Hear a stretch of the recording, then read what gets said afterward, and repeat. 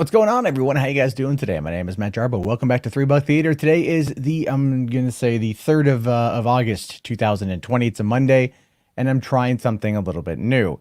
So I really do like the idea of doing these 20 to 30 minute long, just kind of let's go over what's happening today videos.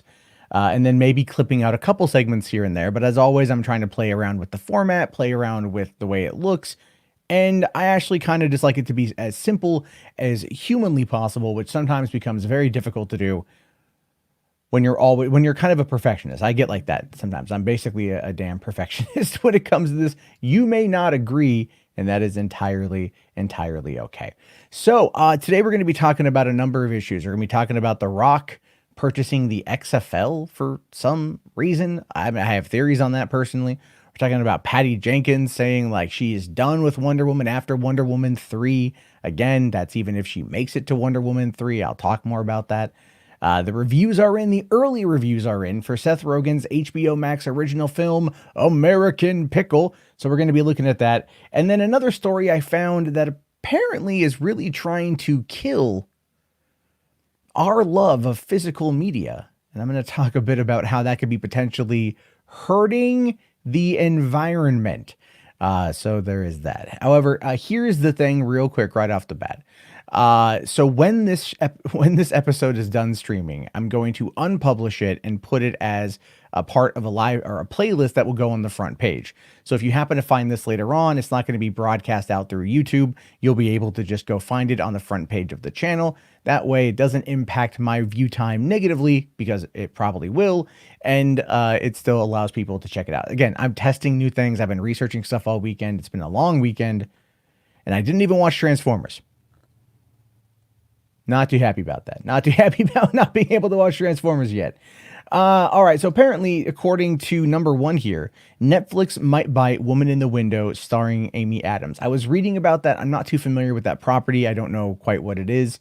So it is that. I don't quite know. So why don't we'll just jump right in when we let people kind of come on and check it out. So why don't we first things first talk today about Wonder Woman 84 and whether or not Patty Jenkins will stick on after Wonder Woman 3 or even make it to Wonder Woman 3. And again, I have my reservations about her coming back to the franchise at all after this whole situation. So it says here that Wonder Woman 3 will likely be Patty Jenkins' last in the franchise. So she says here she spoke with a German magazine called Geek About. And then this is what she says about the sequel, saying, Wonder Woman 84 gave me the chance to do a lot of things that I couldn't accommodate in the first movie. I was so happy to tell the Wonder Woman origin story. It was almost her birth, but we haven't really seen what she is capable of. It's exciting for me to show her at the peak of her strength, but it's also important that she fights an internal struggle. She is a goddess and tries to help humanity. She is not only someone who fights evil, but she tries to show bad people how to improve. It's an interesting dilemma. So my takeaway from that is it's a little bit of like crapping on the first movie a bit under the under Snyder's purview. And I say that because there's been some, I want to say, allegations recently about where her loyalties might lie. There's been a lot of rumors floating around about where her loyalties might lie. And it's been kind of a weird place to be overall. Again, it's all rumor. It's all speculation. Take with a grain of salt. But yes, in the first movie, it was an origin story. It was the birth of Diana. It was her leaving Themyscira. It was her joining the DCEU. Of course, this happened after we saw her in Batman v Superman. And then, of course, after that, we saw her in Justice League. So now we're getting to tell the story before Justice League and BVS and what happened to her. And she does have more freedom to be able to play around in this world 40 years after the events, or no, more than that, like 60 years after the events of the first film. So she's, showing her at the peak of her strength, but also hiding herself, which I think is gonna be kind of fascinating. But I do like the internal struggle aspect that she is a goddess who's trying to help humanity. And she's not only someone who fights evil, but she tries to show bad people how to improve. It's an interesting dilemma. And I think that's going to play a lot into Cheetah and Pedro. I think what's the name? It's not Max Star. Is that the name of the Pedro Pascal's character? I kind of want to say Max Power for some reason, but I know that's a Simpsons reference. So it's it's going to be interesting, but she says here, the next one will probably be my last Wonder Woman movie. So I put everything I want to show there. We have to think carefully. And then this is their own speculation, but from the sound of things, Wonder Woman 3 could be the character's biggest adventure yet. And that's possible if we even get a Wonder Woman 3. And it all really does depend on how well Wonder Woman does. So Wonder Woman back in 2017 did well. I think it did over $700 million. It didn't cross the billion. Spider-Man Homecoming, I believe, made more money during that summer. And that might have been its tie-in with, Civil War and then the upcoming Infinity War and everything else. So it didn't do as much as it could have. It still outperformed Justice League, which quite frankly, I think a lot of things could outperform Justice League in the end. And with this COVID situation, Warner Brothers is deathly afraid of releasing Wonder Woman 84 at the wrong time because they don't want to lose out. They want to be able to drop it when it's at a time where people are going to flock to the movies to go and see this because they want to maximize the revenue. And so if they're not able to do that, then the movie's going to be delayed, and that only then further delays Wonder Woman 3, which at some point in time, Patty Jenkins' contract could expire, or they might just decide to go another direction. And I think they might decide to go another direction because of where we find ourselves with the Snyder Cut. Because look at this here. Okay. So it says here, although we may be skipping over decades of Wonder Woman's life in Wonder Woman 84, the character certainly hasn't been idle. And this is what Gal Gadot had said. She says, the first movie was coming of age. It was Diana becoming Wonder Woman. She was very naive and didn't understand the complexities of life, a fish out of water. In this movie, that's not the case whatsoever. Diana has evolved. She's much more mature and very wise. However, she's very lonely. She lost all of her team members and she's guarded. And then something crazy happens, which that's going to be somehow Chris Pine returning as Steve Trevor, which, let's be fair here, at the end of this movie, because it takes place before BVS, and we saw the photograph in BVS, the likelihood of Chris Pine sticking around, Steve Trevor sticking around, is not very high. You know what I mean? Like, he's probably going to end up dying again in this movie. But when I talk about the whole situation involving the Snyder Cut and what, if you read the reports, the way it looks is really that Warner Brothers, HBO Max, is that they want to stick in the Snyderverse timeline. I know Snyder has said that it's kind of its own thing, and there are people out there that are trying to make the claim that it's not its own thing, that it's just the end of a universe, it's blah, blah, blah. But then you have all the other reports of the multiverse. And I'm telling you guys, the multiverse concept is interesting, but it cannot be the main staple for this cinematic universe. Now that it's known as the DCEU, it's got to have some kind of continuity. It can't just have everything pop into it.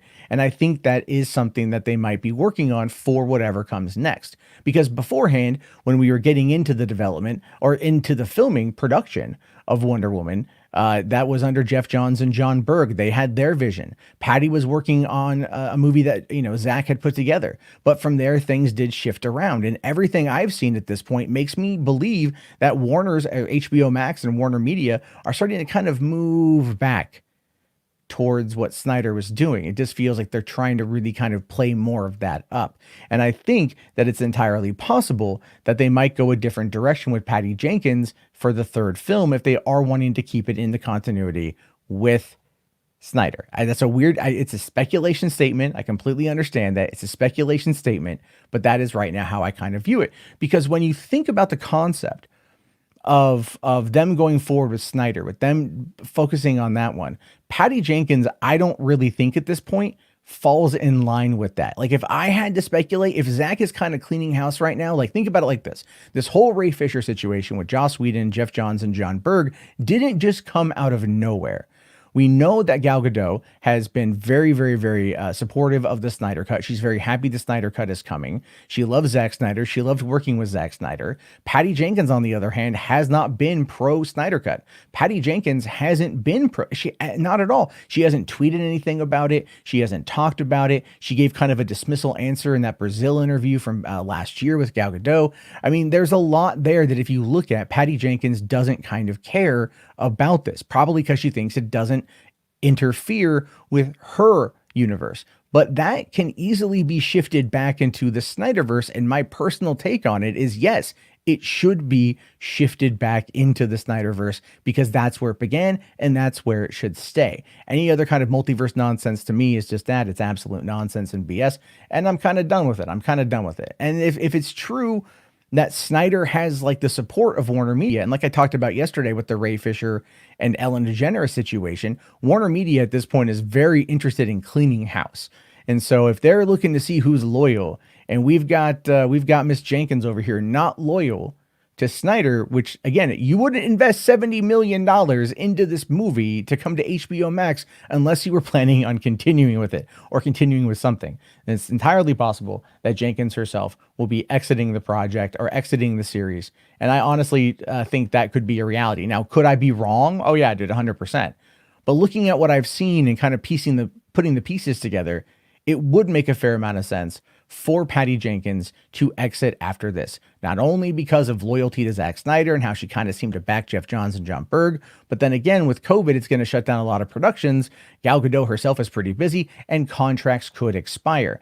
Warner's could just decide to go another way. And quite frankly, anything could really happen on this one.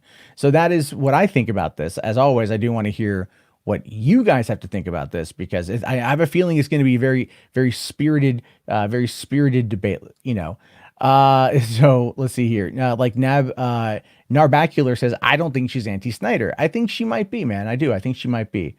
Let's see here. Kind of guessed her leaving Wonder Woman. I think 84 would be good. Thing with films is if you look at a film you've made for too long, no matter how good, it'll start to look terrible to you. Yeah, that's 100%. Let's see here. All right. Will Patty Jenkins direct Wonder Woman 3? Well, she says she's going to leave after Wonder Woman 3, but I don't know if that's going to happen. My question, my speculation, my hypothesis is that it may not happen. She may not be part of it. I don't quite know. Let's see. Chubby here says, I hope you're right. Look, I have nothing against her personally. I think she's an okay director. I don't think she's anything spectacular. I liked Wonder Woman quite a bit. I loved the No Man Land scene. I thought the action was pretty cool, but it felt very Snyder to me, which is why I like it. And I like Snyder movies quite a bit, and I like Snyder's action quite a bit. If Wonder Woman 84 fails to wow me in any of those departments, and I'm an easily entertained individual, then I would be okay with her actually like not doing Wonder Woman 3. I think it would be better to go a different direction, to have it tie into the Snyder Cut, have it tie into Man of Steel 2, have it tie into Batfleck movie. That is the world I want. That is what I want. I don't care about the multiverse. I thematically, theatrically, cinematically, it makes no sense to do. You can do it on TV, right? But doing it like for movies, it doesn't make a lot of sense. And I think if Warner Brothers and Warner Media at this point are smart, they're really looking at what did well, and they're really realizing that if they stuck with the plan, which it feels like they're going back to, then things could possibly change. But we do know that Deborah Snyder said that she is working with another director. Stone Quarry is working with another director, Zack Snyder, Deborah Snyder, their production company, for something DCEU related. It could be The Flash. It could be Wonder Woman 3. It could be Cyborg. We don't know yet. Hopefully DC fandom will let us know here pretty soon. I think that'd be pretty interesting. Okay, well, who could direct the Amazonian series? Yeah, the Amazonian series, I think she could do. I think she could do that because she's done TV. Okay, Chris here says, but the Grace Randolph interview, Snyder has said that he's really excited for Wonder Woman 84 and what Patty has done. Yeah, but he's excited also for like Matt Reeves, the Batman, right? Like it's PR, okay? Like he's not going to come out and crap on it. And it's probably fun. He's a producer, but to what capacity is he a producer? To give you guys a quick story on that one, like go back to the animated movie 9 from 2009. Tim Burton's name is on that damn thing, right? Like from Tim Burton or whatever. And people think Tim Burton directed it. He didn't. He was the exec producer. And by his own words, by his own admission at Comic-Con that year, he ended up just making, his own words were, I just made a couple phone calls and helped make it happen. And I got my executive producer credit. That was it. Right. So the question then becomes, how involved in Wonder Woman 84 was Zack Snyder? How involved in Wonder Woman 84 was Jeff Johns and John Berg? And how involved was Walter Hamada, who, by the way, just as before I end the segment, let me just pose this question out to you guys.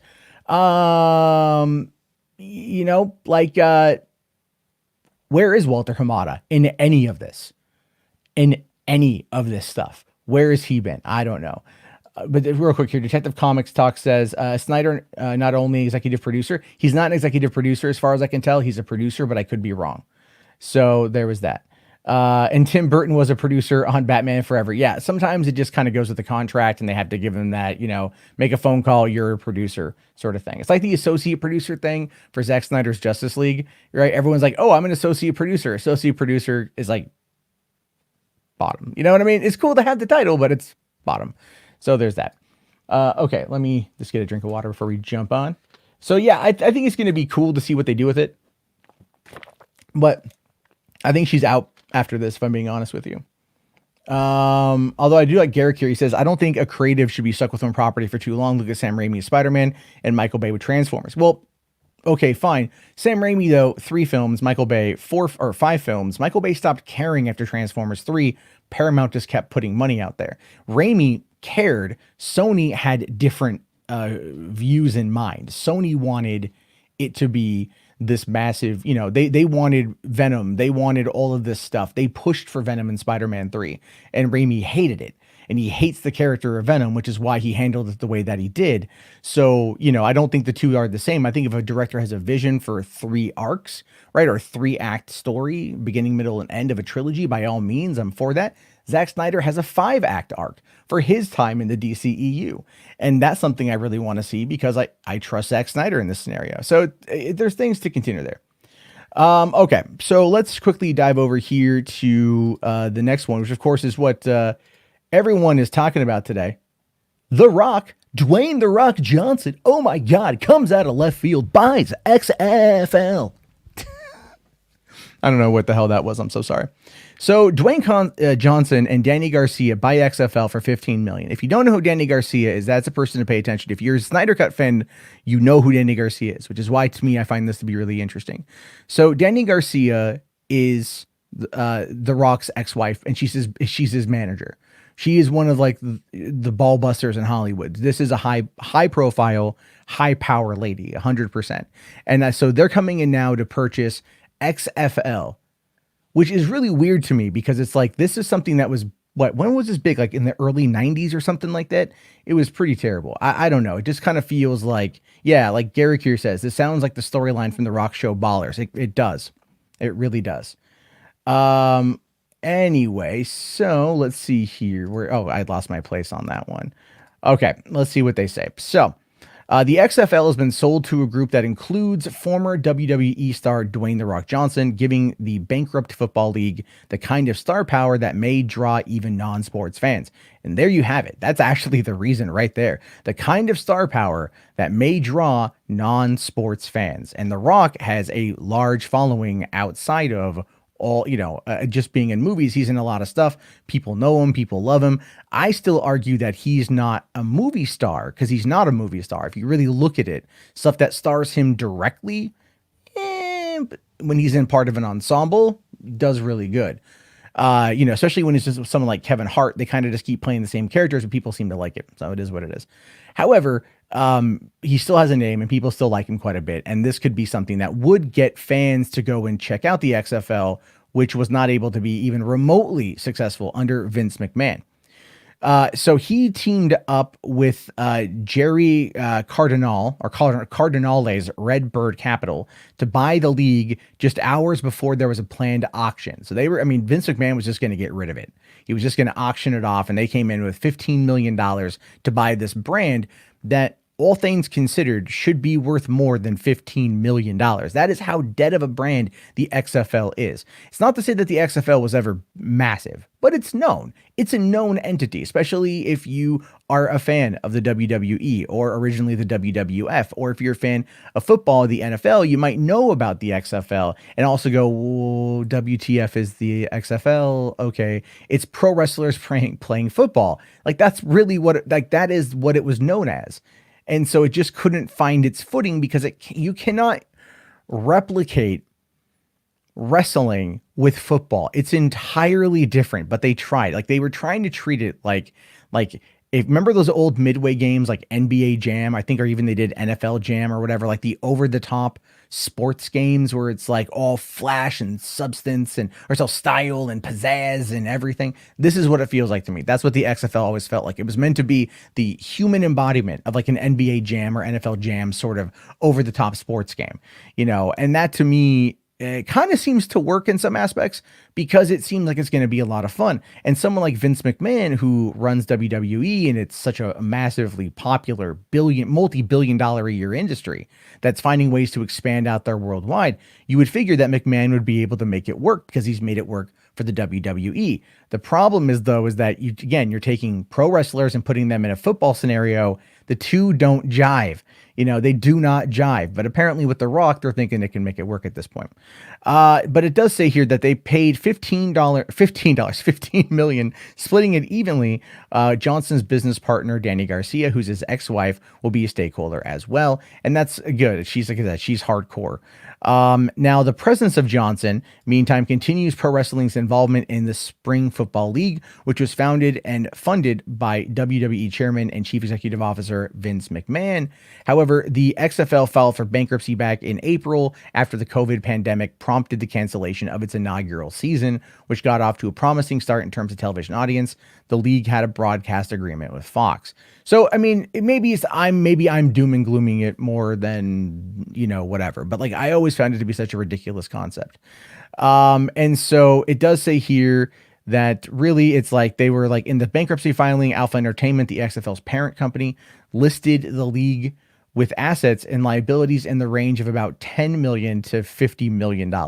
So they were like, it's worth anywhere between $10 million, $50 million. That's what it's worth. That's what it's valued at. That's what it's here for. And they came in with a $15 million super low ball bid right before this auction, which goes to tell me that $50 million was something they were never going to get. And 15 is probably the best deal they were going to get. And so really, it's, if you look at the XFL and popularity, it's not very good. It's just not very good at all. It did okay, but it even the last time they launched it, it just didn't have a foothold. There's got to be a hook, and the hook can't just be bring in pro wrestlers to play football. It's got to be something else. So if they bring in star power like The Rock, what is he going to do? Like, is he going to sit there and try to real life play like he did on the show Ballers? Is this a way to get Elizabeth Warren to swoon over him even more? But it is what it is. So it says here, the XFL, this is from Ben Bamboo, the XFL is the wrestling of professional sports, which it is. And you figure because of how popular wrestling is, because of how popular professional sports are, it would work. Because on paper, the concept of this works out well. On paper, the idea works out pretty well. Reality, it just doesn't. Okay, I was wrong. It was NFL Blitz. Thank you very much. I played a lot of NFL Blitz back in the day. So there's that. Let's see here. Okay. I'm just saying at this point in time, when we talk about the XFL, we talk about what it could potentially be. I don't know. Maybe go online streaming, maybe like approach it from that perspective, sell these packages. People aren't going to be going back to stadiums anytime soon. We're not going to see anything for quite some time. I mean, you have teams in the MLB that are pulling out. Like, I think 20 teams have pulled out or something like that of this whole season because of COVID. You've got, the football is going to try to make it work with, I think, at Disneyland, or at least the NBA is doing something at Disneyland. But the truth of the matter is, fans, I think, are going to get bored of it real quick. Watching what could be considered an exhibition game from your home couch is not going to be that exciting. The roar of the crowd is going to be something people are attracted to. And if they start digitally adding in crowds and digitally adding in the roar of the crowds and the crowds cheering, I think people are going to catch on that it's fake and they're just going to tune the hell out. So the XFL at this point has got a long road ahead of it for any kind of relevance, but $15 million is a pretty small detail. That's a pretty small detail. So it's not going to be, it's going to be whatever. Anyway, let's see here. All right. Yeah. It was low ratings originally and nobody watched it. Yeah. I think people watched it, but it is what it is. So, as always, I want to hear what you guys have to say about it with the XFL. Hold on. I think the XFL is pushing the political angle by banning kneeling during the anthem. Well, I mean, that's not going to happen under The Rock. You know what I mean? Like he's a progress. I don't think he's progressive, but he's liberal, and liberals aren't going to ban kneeling of it at that point in time. The biggest problem with that is because the NFL and patriotism, for some reason, go hand in hand. Like, if you don't like football and standing for the American anthem, the national anthem, then you're not a patriot. You're not American. It's like, dude, I love my country. I could give two craps if people kneel or stand during the national anthem. Like, I stand and put my hand over my heart like everybody else. That's just what you do. But at the same time, that's what I do. You can do whatever the hell it is you want. I don't care. Trying to make football political, like, I mean, if it's not done, I mean, well, it appeals more often than not to, I think, a lot of right-leaning individuals. Same with NASCAR and banning the Confederate flag and all that kind of stuff. People are going to respond, usually not in the way that you want. So keeping it apolitical and trying to make it apolitical is the best course of action. But really, when it comes to the NFL and the kneeling thing, they screwed up. And if the XFL wants to do it, that's their own fault too. Let's see here. The pressure to enforce banning kneeling came from the president to Goodell. Yeah, well, Roger Goodell, he's kind of a bitch. So there it is on that one. I don't like Goodell. I don't even like football, but I really don't like him. And Bill Belichick, and like, seriously, he can suck something. All right. So as always, I want to hear your guys' thoughts on this one, because why the hell not? So why don't we take a look here at something a bit funnier, right? So American Pickle, the debuts this week on HBO Max. It's the first HBO Max original movie. This one's starring Seth Rogen, and it's one that looks interesting. It's about a dude who falls into pickle brine, gets pickled for 100 years, wakes up in New York, and like he meets his relative, who is also played by Seth Rogen. The movie looks pretty funny. The trailer looked pretty good, and it looked like it was going to be kind of a heartfelt sort of thing. And apparently 73% of critics at this point are kind of agreeing with it, with a total ratings count or review count of 30. And I wanted to just take a quick look at what the critics are saying about this, because it's always kind of fascinating. But for those of you who don't know what the story is, real quick, Seth Rogen stars as Herschel Greenbaum, a struggling laborer who immigrates to America in 1920 with the dreams of building a better life for his family. One day, while working at his factory job, he falls into a vat of pickles and is brined for 100 years. The brine preserves him perfectly, and when he emerges in present-day Brooklyn, he finds that he hasn't aged a day. But when he seeks out his family, he's troubled to learn that his only surviving relative is his great-grandson, Ben Greenbaum, also played by Seth Rogen, a mild-mannered computer coder whom Herschel can't even begin to understand. So it's clearly fish out of water. It's clearly kind of lost in time. It's clearly all of these things, and it looks pretty damn funny. And it's only PG-13, so it's kind of fun for the whole family, I think. So this is what critics are saying here. Al Horner from Empire gives it a positive, saying American Pickle gags underwhelm, but its emotion and originality will surprise you. One of the oddest films of 2020 so far. Buoyed, whatever, by two superb terms from Rogen. And the thing is, like, look, it's not even that original of a concept. You know, there's like a Mel Gibson movie from like back in the day where he did the same thing, like went forward in time and whatever. And it's like, we've seen this, I think it's like Just Nights or something with John Reno and Christina Applegate from back in the early 2000s or late 90s. I forget when, these kind of movies, it's not an original concept. The idea of him being brined for 100 years is original, but other than that, it's not so much. Jesse Hassinger from AV Club says the film fails to build its laughs into substantial comic momentum or even construct many substantial scenes, giving it a C+ or a rotten rating. Although a C+ could still be considered like fresh. I don't know. It's kind of dumb. All right. So Michael Phillips here from Chicago Tribune says, while An American Pickle is a different sort of comic fable than Rogen's best known work, that's enough of an edge to make it stick. And I do like that Rogen does play up a lot of these kind of dumber roles a lot of the time. Barry Hertz from Globe and Mail says, while the themes will hit any moviegoer who still winces at the awkward memories of their bar or bat mitzvah particularly hard, the push and pull between expectations and autonomy, faith and identity are universal. I don't know, sir. I'm not of Jewish descent. I am on my father's side, but that, that doesn't count. And I've never had the bar mitzvah, clearly not a bat mitzvah.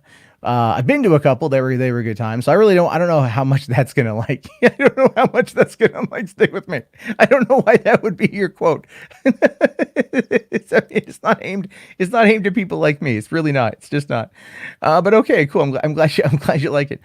David Rooney says here from the Hollywood Reporter, aside from one guffaw-inducing sight gag with a dried fish, the humor here is strictly low-key, like a black comedy version of a Sholem Akayim story, but it grounds the movie in a disarming celebration of Jewish identity. Okay, so this is going to piss off the Nazis, let's just be fair. But then again, I don't think a lot of Nazis are going to really be all for a Seth Rogen movie, if you catch my meaning. So if this movie is all about celebrating Jewish heritage and, was it like the old country and old school to new school and faith and all that stuff, it might be lost on a few people. I have friends who are, Jewish and I've known them growing up, and I know enough about the tradition, I think, to be able to understand what's going to be happening here. But Brian Truitt from USA Today didn't like it. He says, American Pickle is, suffice it to say, not a big deal, even with a double Rogan in dual roles. Okay, I get the dill joke, sir, but it still fell flat.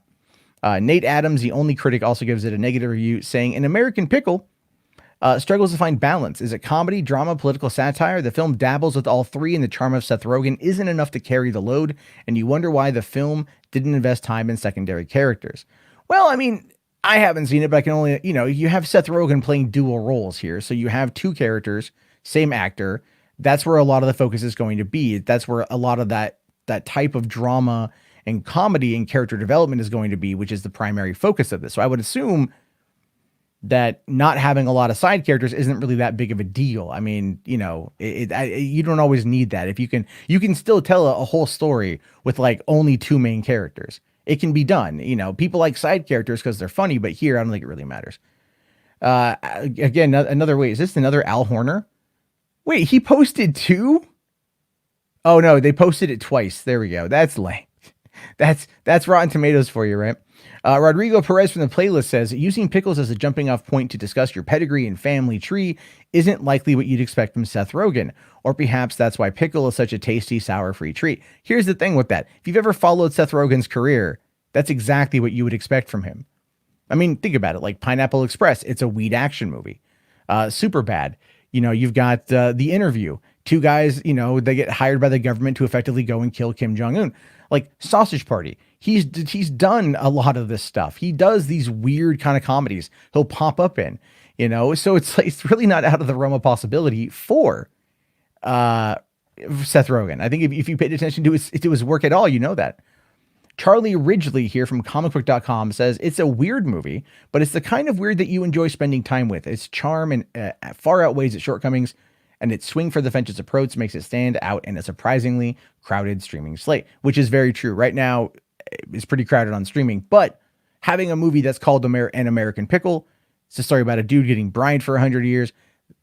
That could be, and it stars Seth Rogen. That could be enough to get people to go, yeah, maybe I'll drop some cash on HBO Max. Maybe I'll go and check that out, give it a watch and see how I like it. Chris Cigar here from Screen Rant says, American Pickle is a fun, fleeting buddy comedy that stretches its humorous premise a bit too thin, minimizing the story's impact. Okay. Yeah, I can see that. If they're trying to tell these really dumb, stupid jokes, but they end up telling a lot of really dumb, stupid jokes and it doesn't land, I can see that. And finally, Scud, good old Scott Mendelson says here, a thoughtful, nuanced, and character-specific comedy about human loneliness and taking the incredible for granted, anchored by another superb, understated comic turn from Seth Rogen. And that's the thing. I do like Seth Rogen quite a bit, actually. I have been a fan for about 20 years now. I've been a fan. So I'm good on that one. Okay, so yeah, that Mel Gibson movie was forever young. Thank you very much. Speaking of Rogen, did I ever see Freaks and Geeks? I did. I also saw him in Undeclared, which I really like too. So let's see here. All right. Anyway, I think it's going to be a fun movie. I think it's going to be an interesting film to check out. It could be stupid. That's what they're going to use for this next movie. I mean, you're paying what? I think I'm paying 12 a month or whatever, 13 a month or whatever. That's not bad. It gives me something to watch, laugh at, and review for the channel. So it could be something interesting. But as always, I definitely want to see what did it? Hold on here. Did it crap out? Let me take a look. Hold on. Okay, I saw a bunch of Fs. So I saw a bunch of Fs in the chat. All right, cool. I was like, what's going on? Did it crap out StreamYard? It might have. Oh, okay. Tiny bit crapped out. That can happen. I only got the last one to do, and then we'll be fine. We'll go through this one pretty quickly though. So okay.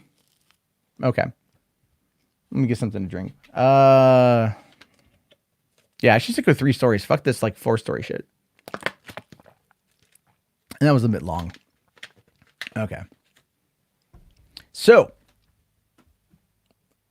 physical media is something that a lot of people love, right? We all do. We all love physical media. We want to make sure that at this point we're able to maintain physical media because we kind of have to.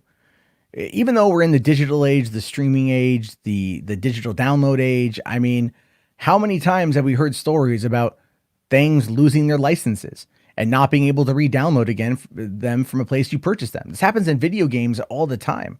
We know that certain movies get pulled because of contractual disputes, or certain things happen because of that they end up not being available again. And people who paid for it, people who want to see it, people who are, paying for this service, then lose access to something that they want to watch, all because of some contractual agreement or some contractual disagreement. And so at least at that point, we have something like physical media to allow us to come on in and be able to watch what we want to watch and when we want to watch it, and generally speaking, a higher quality format than us streaming it through these sites. Netflix, Amazon, Disney Plus. They are sometimes bottlenecked. They are sometimes absolutely bottlenecked by these cable providers. And then they have to go to lower resolution. So people who are paying to watch something, sure, there's the ease of convenience of clicking a button, but you're not utilizing what you paid for home entertainment to the best of its ability. So physical media is a good reason to have that. And physical media has been having its own problems. I always said Blu-ray was going to be a dying format from when it was created, and I still stand by that. But at this point, I'm kind of in the weird mood where I don't like where it's going when we see articles like this saying our movie collections are killing the planet. And here's how. This is an actual article from dreadcentral.com that came out today. So it says here, I know this headline looks like clickbait, but bear with me. We film fans are always talking about how we're doing humanity a favor by preserving art for future generations. But is my DVD copy of The Happening really worth preserving? Yeah, actually, yes, it is. I'll be fair. Yes, yeah, the movie's terrible. It's god awful, but yes, it's worth preserving. Is the film at risk of being erased from history? No, it's M. Night Shyamalan's worst movie, but still. And perhaps more importantly, what has it taken for this film to be with me in physical form? And that is an interesting subject matter, to be fair. It is a very interesting subject matter, but it's one that I still kind of go, you know what? Like, I like my physical media. All right, so it says here, step 1, production. Even if we leave aside research processes as well as a production for supportive devices like DVD players and games and consoles, there's a very tangible environmental cost to the manufacture of DVDs and Blu-rays. At the risk of sounding mega boring, let's just talk about the specifics. So it goes on to say here that almost universally physical media cases are made from plastic, specifically from a compound called polypropylene. Ever since we first started using it in the late 50s, the industry has grown exponentially with revenues at around $145 billion last year alone. While that sounds good for the wallets of all involved, it's not so good for the environment. So, I mean, I get that, right? It's made from oils and gas, natural gas, not gasoline. And we know the dangers of relying on fossil fuels, but in 2019 alone, the production and incineration of plastic will add more than 850 million metric tons of greenhouse gases to the atmosphere, equal to the pollution from 189 new 500 megawatt coal-fired power plants. And coal power plants aren't exactly green. So yeah, fine. I get that. I get that. And that, like, that's the thing, like, because I do support like environmental stuff here. I'm pro-environment. I like to recycle. I live in Washington, but like, that's a point to be made. Sure. Like it is. And you start kind of looking at it like, all right, like, are we, can we just like take the disc and then like, can we find a way to like keep the disc and like maybe not have the case, or just invest in steel books? You know what I mean? Like, stop using plastic, have everything just be steelbook or be something that's appropriate. Can we do hemp cases? I mean, hemp can be turned into plastic, right? Why not do hemp? That's better for the environment, right? I don't know. So, I mean, it goes through like, there's like shipping costs, that contains the disposal, Well, he says here, like in Paraguay, the country where I currently live, there is no established recycling of, well, anything. And for most of the developing world, it's basically the same. If that doesn't change, my collection is likely to end up at the dump. See, that's kind of a weird thing to say too. I think that's kind of a hyperbolic statement to make right there. How would your collection end up at the dump if you were to gift it to someone who's also a big movie fan? That person is going to cherish that collection. They're going to cherish it because you gave it to them. So the likelihood of it ending up at the dump is a little bit on the whatever side. It says here, sadly, even in countries like the US, where most physical media ends at the dump anyway, physical software alone is responsible for 5.5 million boxes of the stuff going to the dump each year. And that's been a dead business for years now. Well, I mean, yeah, it is dying, but there are people out there who do like it. I mean, it could be made to order, you know, instead of going to the stores, they could be pulled out of the retail market and go straight into like exclusive online boutiques that are like, hey, if you want to buy this, it's made to order. But let's be fair, let's be realistic here. When it comes to buying movies, a lot of it is impulse buy, unless you are a big movie fan. These movies are marketed to like average families who just want to buy something to watch with their family or watch with their kids or whatever. There are collectors out there, like I'm sure a lot of us are collectors, but all things considered, it's like they're marketed to us at reasonable prices for the most part, that are meant to be part of the impulse buy scenario. And the impulse buy generally is up to about $14.99, in some cases up to $19.99. So when movies have a hit, are still within that under $20 threshold, people will just pick them up when they're at the store, and that does add a lot to that particular number. So I get the argument, but it's not to say like physical media is 100% dead. It's going to be a massive, massive argument when, like, look at right now, for example, you pay for HBO Max, okay? And you want to get you get Peacock. I'll use Peacock as an example. So you get Peacock. Peacock is Universal. They had the Jurassic Park movies on there because Universal owns Jurassic Park. Cool. You get to watch them, right? Well, now those movies have moved over to Netflix. They left Peacock and they went to Netflix. And let's say you paid for Peacock, but you dropped Netflix because you're like, you know what? There's nothing on there I really want right now. Maybe I'll come back to it later on, yada, yada, yada. But hey, they got all these movies over here that I want to see, including Jurassic Park. Well, now you can't watch it. And now you canceled your Netflix. And sure, it's easy to reactivate it, but it might just be something you go, you know what? I'll just wait or whatever. And so you end up kind of going through this weird thing of like not being able to see what you want to see, how you want to see it, when you want to see it, as was previously made available to you. This is when physical media comes back into it. You probably would be more likely to go and purchase a copy of like the Blu-ray trilogy of Jurassic Park versus maybe paying for Netflix or something just to get access to it one time. Like, is it worth the $15 a month? Or I could spend $15 and get the whole trilogy. You know, like physical media will always have a place. And I understand the argument, but I feel it's kind of like, you know, and then of course he goes into this whole weird thing here about like how he's killing the planet or how we're all killing the planet, talking about all this stuff, and then it's just, it's just like, plant a tree for $1 sort of things. It's just, it is what it is. I don't want to crap on it, but it's, what, I've also read reports. I've also seen studies that have said that, digital is also killing the environment, because the heat that's created from digitally sending the file, from through servers, through data networks, through cable providers, and into your system produces heat. So when you download like a game or a movie or something, it produces heat. And then that from there will then exit out into the environment. So you're creating all of this extra heat for our world. And that's something I've read. I read that years ago, that digital actually is worse for the environment than physical.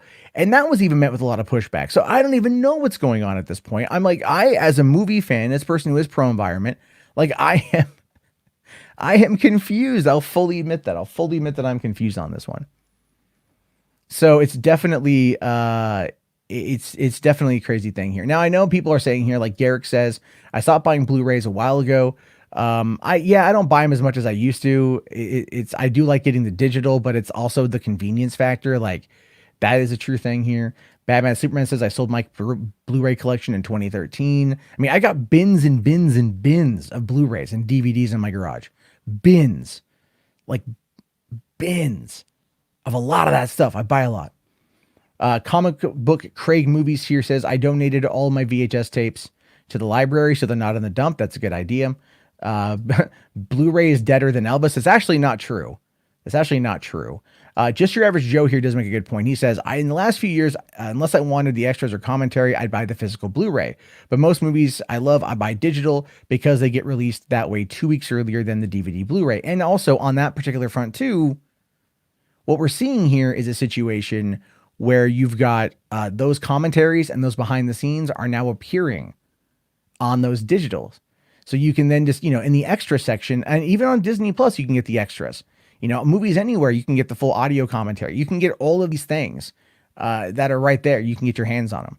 And so I think that's one of the elements that that could save it is like the people who want the physical media, they want to collect it. Like I said, put that into like like an online boutique where they can order it and they get it. But that does kill the impulse buy.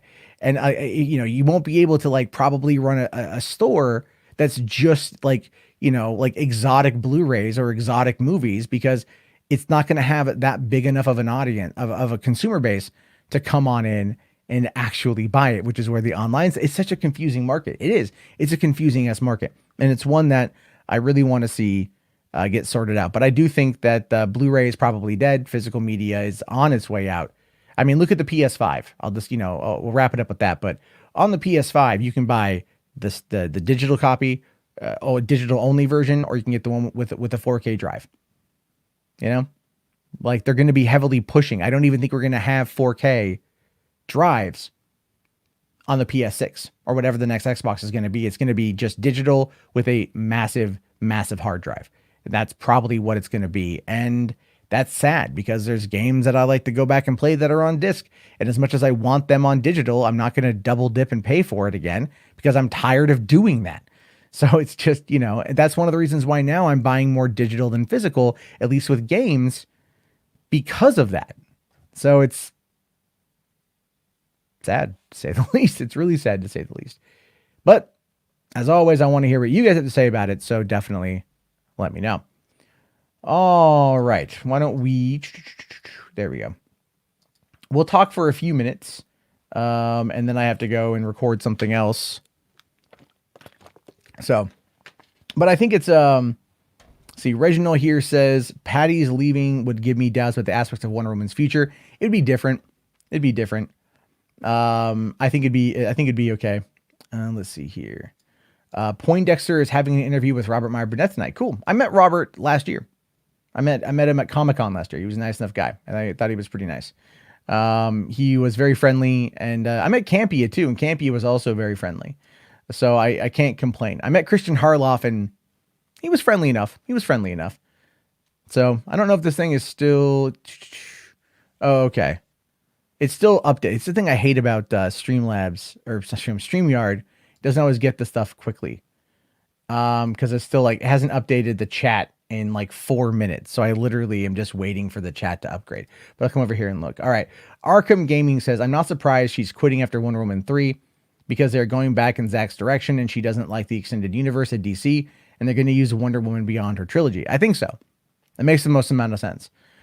Just Your Average Joe says, the same can be said about CDs too. I used to love buying albums that came out at midnight like Virgin Megastore back in the day. Yeah, man, I honestly have not bought an album. I haven't bought an album and God, I can't even tell you.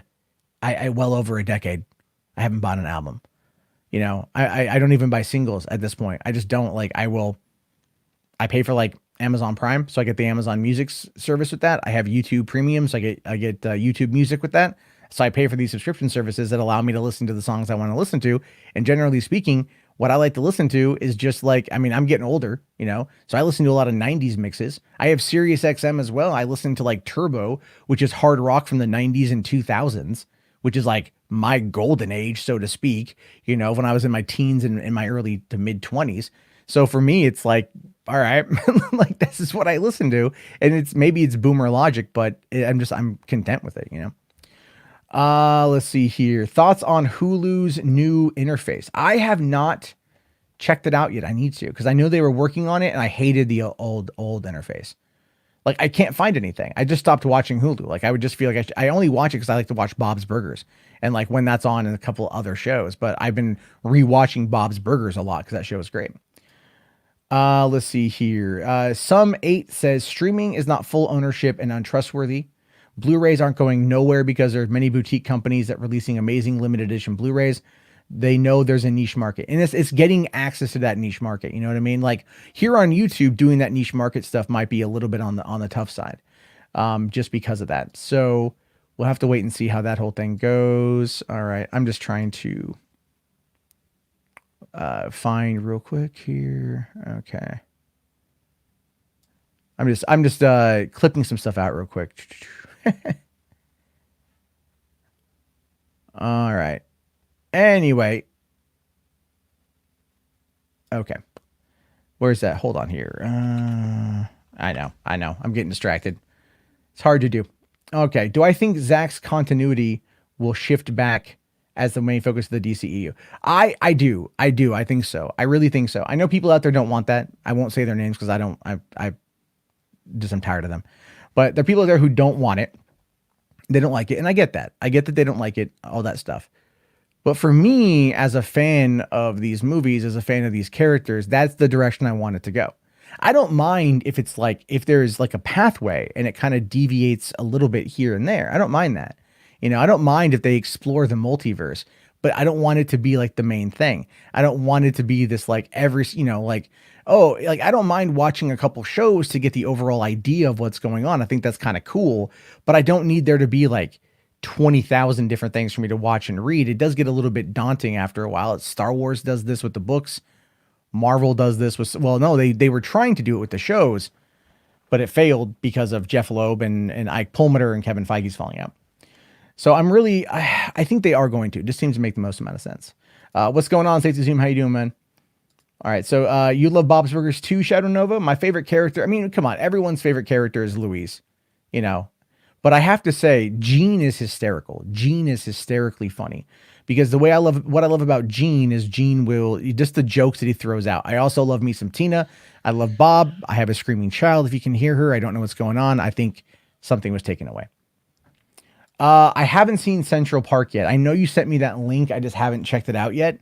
I don't know. Ever since that thing with Kristen Bell saying she's not going to voice that character in the next season because the character is biracial and she doesn't feel that she's right, I kind of just lost interest. And I know that's like it's not that I'm against the concept of it, but it's like voices in my mind don't necessarily matter for animation. Like I wouldn't get upset if like Josh Gad stopped playing Olaf and someone who is like more, like no one is upset about Frozen taking place in like, what was it? Like Norway. It was somewhere in like a Norwegian folklore or whatever. Like no one cared about like, Kristen Bell playing a person who is like not maybe Norwegian or Josh Gad playing a snowman. Like no one gave a shit, like it comes across as like really ridiculous. It just comes across as ridiculous in that way. That's like one of those weird things I can't get past. What do you think of the move? Sony announced that the Avengers game coming next year with Spider-Man being only available on the PS5. Yeah, dude, I know. I'm going to get a PS5, so I'm cool with it. I'm going to get Avengers when it comes out this September. I'm just going to buy it digitally so I have it when it comes out next year. But yeah, this is where, this exclusivity nonsense. I'm not a big fan of the exclusivity. It should be on Xbox, and I think it will eventually. These things, these agreements, these exclusivity deals, they always tend to run out. Do I think the Flash film will get? Do I think the Flash film will get with Ezra Miller? Like, you think we're going to get the one with Ezra Miller? Yeah, Ezra Miller is going to be there. Thoughts on the Metroid franchise? I haven't played in a long time. I grew up loving it, but I played a bit of Prime, but I didn't get into the rest of them. Although the fourth one they've talked about for the Switch, I'll probably get my hands on. Let's see. Stay tuned to Geeks Plus Gamers interviewing Taj Jackson next week. I don't know who that is. Who's Taj Jackson? An American singer. Oh, it's Michael Jackson. Oh, it's Michael Jackson's nephew. It's Tito's boy. Okay. I don't know why. I don't know why I care. I'm sorry, that's mean, but I don't know why I would care about that. It doesn't seem to do anything for me. Okay. It's just like, that's just, to me, that's pretty funny, man. To me, that's pretty damn funny. Because I just don't necessarily care about. All right, there we go. I missed clipping that out. All right, XFL. Yeah. Oh shit, I don't need that public. I need that unlisted. Crap. Crap. Where am I at? I hit the wrong button. Okay. Let's see here. YouTube Studio. There we go. All right, where are we? Let's see here. You hope TikTok gets banned. I mean, if it's true that TikTok is in fact one of those companies that is processing data for the Chinese government, I am all for it being hindered. You know what I mean? Like I'm all for that aspect of it being taken out. I know Microsoft is looking at purchasing TikTok, which is really weird to me. But then again, I've been to VidCon and I've seen like how big TikTok is, how much of an influence TikTok has. But I find it to be really weird because a couple years ago, like 3 years ago, TikTok didn't exist. TikTok was originally called Musical.ly, and Musical.ly was just the same concept of an app, but you would just sit there and do karaoke of songs. And then I think they realized that they could branch out into something bigger. So that's what they chose to do. But it just seems kind of odd. I don't know. I'm kind of stupid about it. Let's see here. Why are people saying they're not going to see Aquaman 2 because Amber Heard is in that movie? Ooh, well, so the best way to describe that would be because Amber Heard and Johnny Depp are, they had marital issues. Is a nice way to describe it. She's, in my opinion, kind of psycho. And she's done some stuff. She's hurt Johnny, and she tried to hurt him, tried to hurt his career, and that's kind of what's happening right now. Is there's this massive lawsuit that Johnny has against the Sun over defamation, because of things they reported, and Amber Heard is playing the victim as usual, and it's not really working, and so there's this massive divide. But the Me Too movement, from what I can gather, has kind of moved away from her, leaving her to lurch in the wind, and the internet is clearly not on her side in pockets of YouTube. So it's a big factor. Let's see here. The Flash, New Mutants, and Black Adam are 3 comic book movies. Holy Trinity for getting delayed. Yeah, but the thing is, only one of them is made. Only one of them is made. So it is that.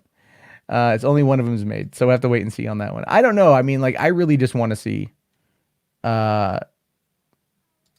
I really want to see what they're going to do with the next Flash. I want to see what's going to happen with all that stuff. You know, I think it's going to be, all right. Oops.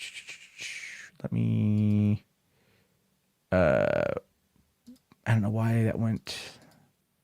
There we go. It went out a bit. Damn it. I hit the wrong button. Son of a bitch. Okay. Sorry guys. I'm trying to do this last bit here. Well, I guess I'll add in with I was trying to figure out what. Okay. Sorry. I'm just trying to get this clip ready to go.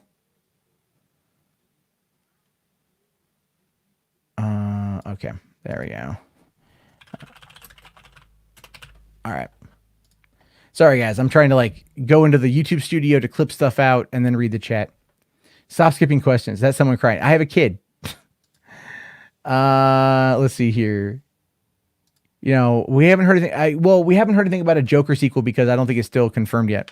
To be honest with you, I don't think it's confirmed at all. So, but all right, I'm gonna wrap this thing up because I didn't even want to be on for an hour. I chose 4 stories. So like I could do that in 30 minutes. I can't do that in 30 minutes. If you guys came in late, you guys can check out everything on the front page. Have I played Watch Dogs games? Yes, I played both. Love both. Can't wait for Legion. Let's see here. Andy Muschietti, good for the Flash. Yeah, I think he'll be able to nail it. I'm good on that one there. So I'll try to be back tomorrow, a little bit shorter of a show, just to talk to you guys mostly. We'll see what's going on. I just wanted to test this one out. So I want to hear your thoughts. And I'll see you guys later. Have a good one, and peace out.